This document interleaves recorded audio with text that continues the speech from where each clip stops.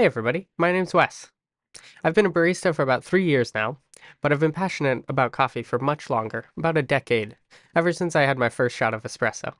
I wanted to talk about participating in James Hoffman's Decaf Project today. If you're not familiar with it, James Hoffman and Caravella Coffee sourced 16 tons of washed coffee from Guadalupe Huila in Colombia, and this raw coffee was split into 4 batches, so 4-ton batches, and one of those batches was left caffeinated, while the other 3 were decaffeinated using 3 separate processes of decaffeination. One of those was decaffeinated using the Swiss water process, another, the sugarcane process, also known as ethyl acetate, and the third was done with a process called carbonic natural CO2 process. These 4 coffees were then roasted by many wonderful roasters around the world, and then we who took part had the pleasure of tasting the coffees side by side. The same green coffee, but caffeinated and decaffeinated. So this gave us an idea of what different decaffeination methods ultimately do to the flavor of a single coffee. I've done 2 blind cuppings of the coffee so far, and I had a couple takeaways that I wanted to talk about here. First, I was surprised at how distinct the caffeinated coffee was from the decaffeinated coffees. Not necessarily better, but definitely distinct.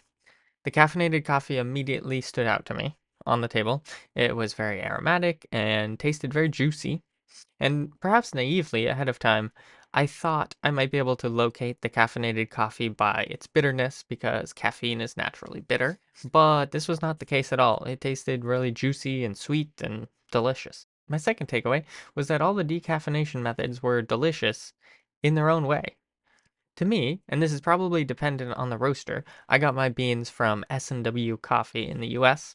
Absolute wonderful roaster, and I loved this coffee that I got from him, in addition to other coffees I've gotten from him in the past. The coffee processed with the Swiss water process, I thought tasted a bit mellower, a bit brown like the color, and grounded and earthy.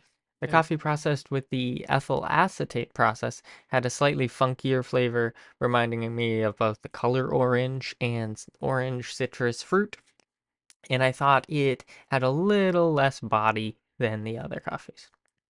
Lastly, the CO2 process I thought had a bit higher acidity and sweetness, and it was a fuller mouthfeel, tasting a little bit juicy and berry-like. So I look forward to hearing everybody else's thoughts on this and someday hopefully seeing an aggregation of the data of what people thought about these coffees once that's compiled.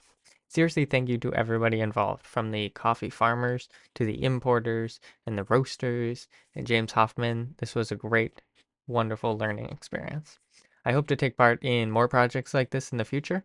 So cheers, and I hope you drink some lovely coffee today.